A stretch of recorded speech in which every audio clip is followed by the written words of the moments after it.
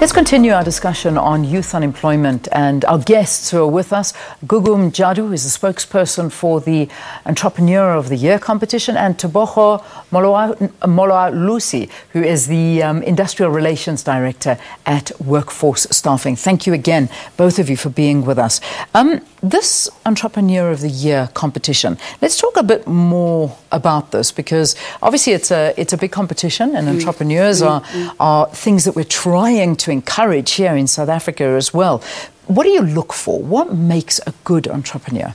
I think more than anything, it's somebody who's persevered even beyond the challenges that they've faced, and therefore in the end they're successful people. So it's very important for us to look at people that we can celebrate. But if I can tell you why we introduced the competition, and it was solely for the reason that yes, we do need to celebrate entrepreneurs. Entrepreneurship is a lonely journey, and therefore you need people that you are exposed to, so you meet them at the competition when you are now finalists.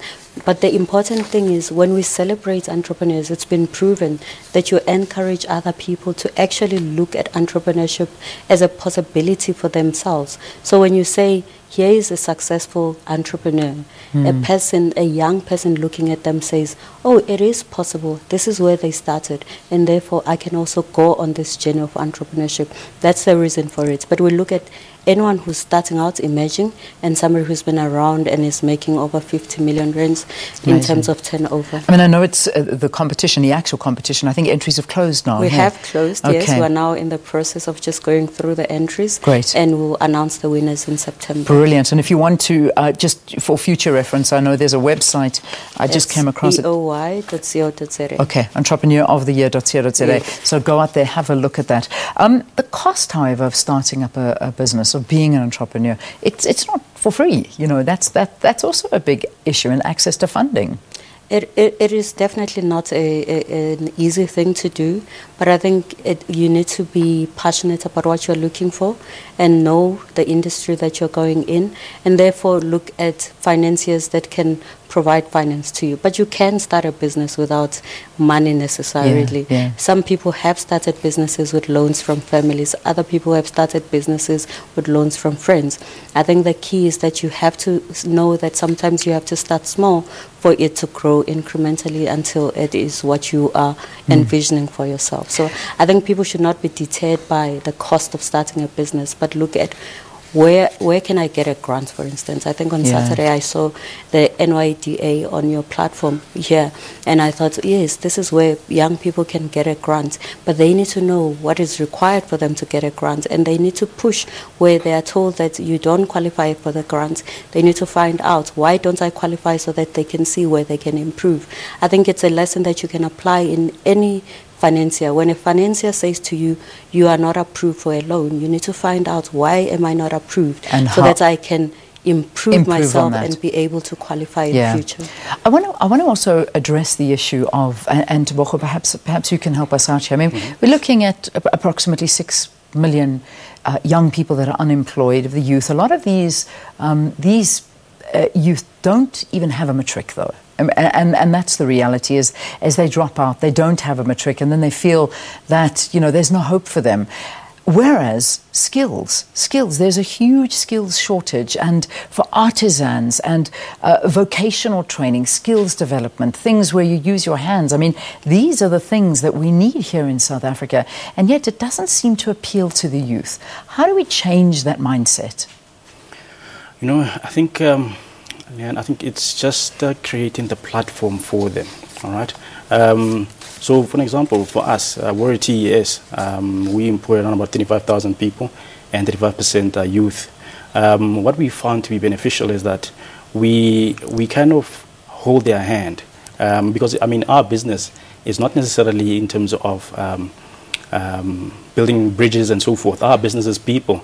So we get to focus on the youth. Even in terms of our application processes, we first start with the youth, see what opportunities we can have for them, then train them up and hold their hands. And even those who have come from university or school, we try to bridge that gap between varsity and business, so that they can transition much easier, and perhaps give them the platform. Even if you don't have a matric and perhaps you've got minimal skills, the thing is, with the temporary employment services, we perhaps are able to just give you enough skills for you perhaps to move forward. And even if you go to other businesses or work elsewhere, you'll have that, you'll be equipped to perhaps do your job and do it effectively. Yeah. Which is, it's what the youth need. I mean, these skills that you're talking about. To get some sort of advice from your organisation, what do the youth have to do, and how do you help them further? All right.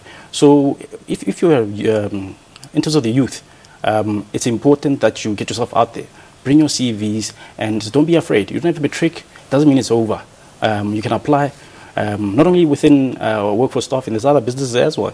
You apply, and perhaps it will give you whatever experience that you get. It just gives you that stepping stone for you to gain even more experience as time goes along. So as the youth, don't sit back, don't be afraid. Apply. You'll get the opportunity. And we all start small. And if perhaps us as business, we take care of you well enough, you'll grow to perhaps bigger heights. Excellent. You know, I mean, there was a big fight, and we've seen universities, the fights that have been happening for free higher education, tertiary education, I beg your pardon. And then at the end of the term of President Jacob Zuma, he, of course, then came and said, it is going to be a reality, and universities are doing this. But there seems to be, and I get back to my original question, this fight for the youth to want to go to university, to get this tertiary education. But you know, academically, not all of us are equipped to do that. And there's a big mindset change that needs to come about amongst the youth of South Africa, that we don't all have to go that tertiary route. We can go the FET skills route. Why is there a stigma? What is the problem? I think maybe it's history in terms of you've always aspired to be an engineer, this other qualification. But the reality is we need to give young people purpose and say, you are building South Africa through these skills.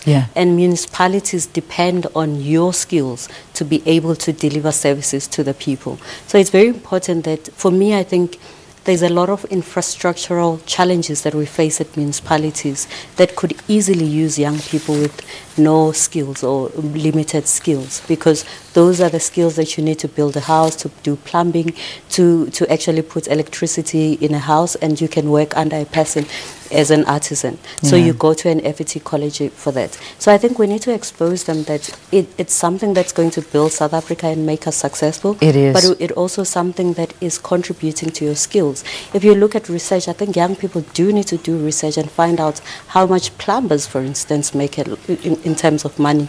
And if they look at that, they'll realize that sometimes a plumber can make as much money as somebody sitting at the office, if not more.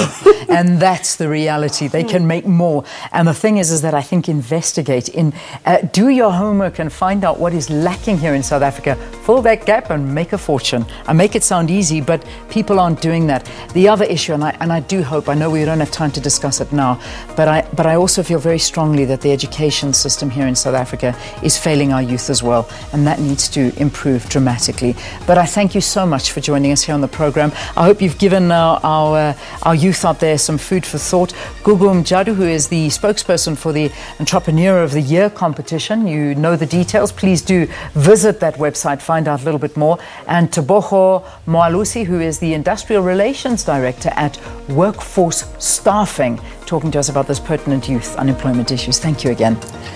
All right, that's where I say goodbye. Thank you very, very much for watching.